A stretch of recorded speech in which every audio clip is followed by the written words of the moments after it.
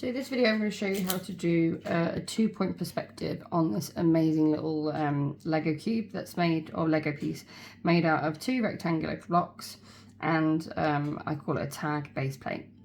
So this is a 2-point perspective.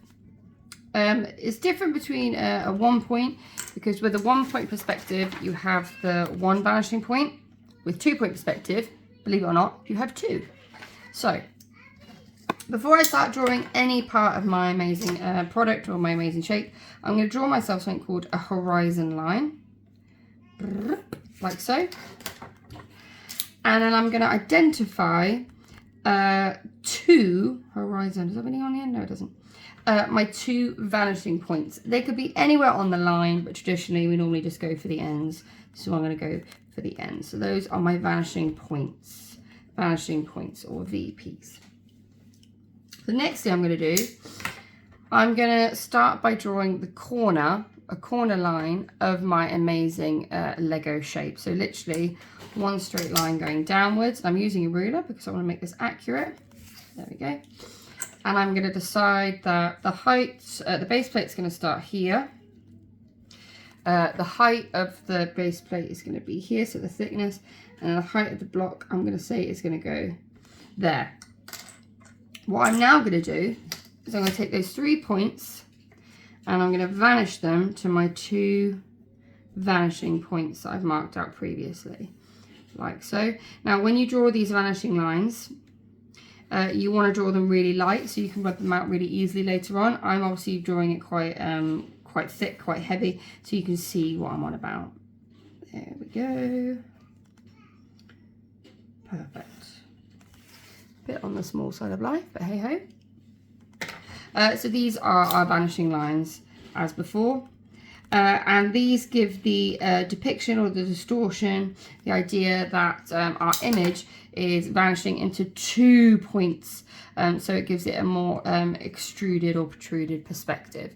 This isn't a very accurate drawing style, so if you're going to incorporate things like measurements, dimensions, etc., you would not want to use a 2-point perspective drawing to represent your final design idea. It's more just for actual final presentation drawings to make it look nice, to make it look very technically accurate. So back to the drawing. I'm actually going to draw the back piece first. So the back is going to go on this side of my drawing. I've just decided that. It could have gone here, but I've decided it's going to go here. And I'm going to decide the proportions of the blocks and then the length of the base plate. So I'm going to say that one block is there, the other block is going to be there, so it's fairly even. It's just getting a bit smaller. And then that will obviously also be the thickness of my base plate. Fantastic. I've now given myself 2 new lines to vanish into this direction, so the one on the left. The reason it has to go to the one on the left is because it has to go to the vanishing point that the image is facing. So it would be that way. Whereas if I drew the 2 blocks this way, they would be facing that vanishing point. So I'm just going to get my ruler, my sharp pencil, put it on the edge and go to my vanishing point. And again. Right. I'm going to need to draw another line in a moment. I may as well draw it now. No, I won't. Yes, I will. I'm going to draw this edge here. So this is the bottom corner of my base plate. And I need to draw a vanishing line from here to this point, because eventually I'm going to determine the thickness of my base plate, or the length of my base plate, sorry. And I'm going to need a vanishing line to do that. The reason I was apprehensive to draw it now, and I'll show you just to, when you have so many lines on the go, oh wow, it's the same as that one, that's a bit annoying. It can get very confusing. You lose track of which line is which. So I wouldn't draw all the vanishing lines until they're actually relevant to actually going to use them. The fact that my vanishing line for this corner is this line makes my life a lot easier, but you'll see what I mean as I continue, which I'm going to do now. I'm now going to draw the 2 blocks. So I'm going to keep the proportions fairly accurate so they look like they are equal. So that's 1 block, so that which means the width is going to be roughly going along there. I'm keeping my lines parallel. I'm now going to erase this little line so we can actually see a little bit better, and I'm going to erase this line because it doesn't do anything, it's just the one I drew earlier. This is why you want to draw really nice and light, so that you can easily erase your lines later on. I'm doing it now just so you can hopefully have a clear idea as to what I am actually doing. And then I'm going to decide the length of my base plate. If the cube is there, I'm going to say the length, I'm trying to keep it proportionally accurate, I'm going to say the length is roughly here, so it's fairly small. Now remember, this line, the one that looks a bit thicker, is also the vanishing line for this back corner. So this is where it can get a little bit confusing, but all I'm going to do is draw a parallel line along from this base point here, from this vanishing line to the other vanishing line, which shows you the back corner of the base plate to the front. And now I'm going to add the curve of my shape. So it's roughly 1/3 in. So if I split the base into 1/3, I'm going to say it's roughly from here, and the back again, roughly 1/3. Now I can't see the curve all the way, but it's roughly there. So it's going to be hidden by that block. And then all I'm going to do is I'm going to draw a curve that reaches the middle and then goes back down. There we go. And that's going to represent the curve of my shape.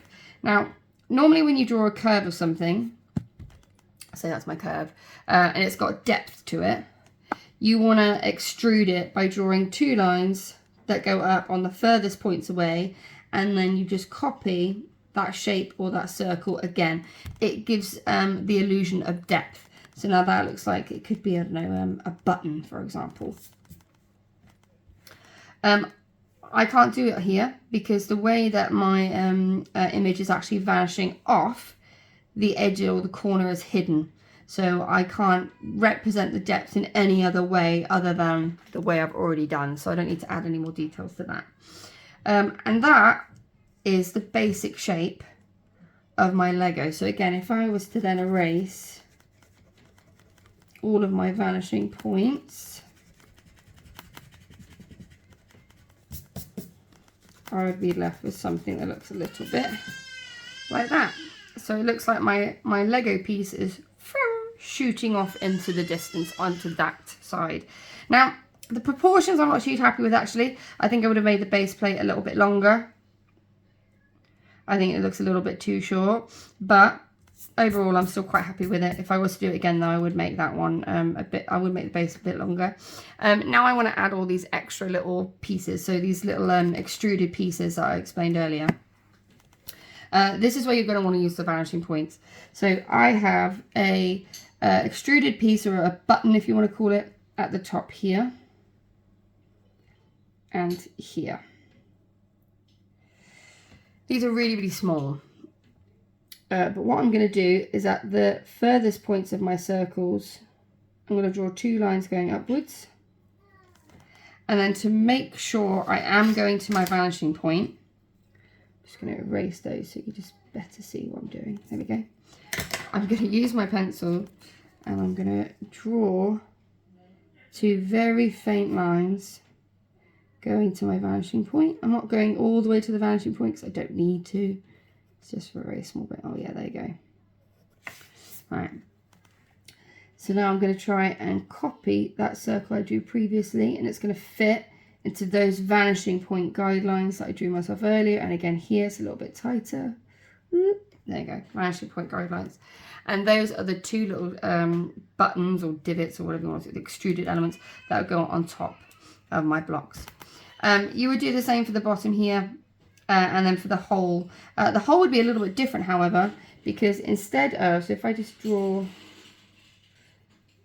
my hole, instead of the lines obviously going up, they would go down. But if the thickness is so for example, I won't be able to see the floor there because the thickness of the base plate is that thickness. So normally if you were drawing, if I just draw it here a bit bigger,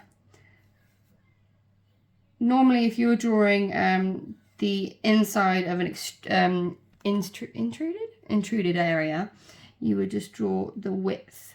So it looks like there's a hole that's been cut out and it's going through because you can see the width of the actual bottom piece.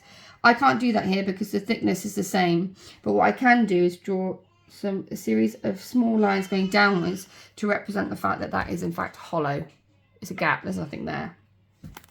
And that's how I would draw a complex little Lego piece using a 2-point perspective.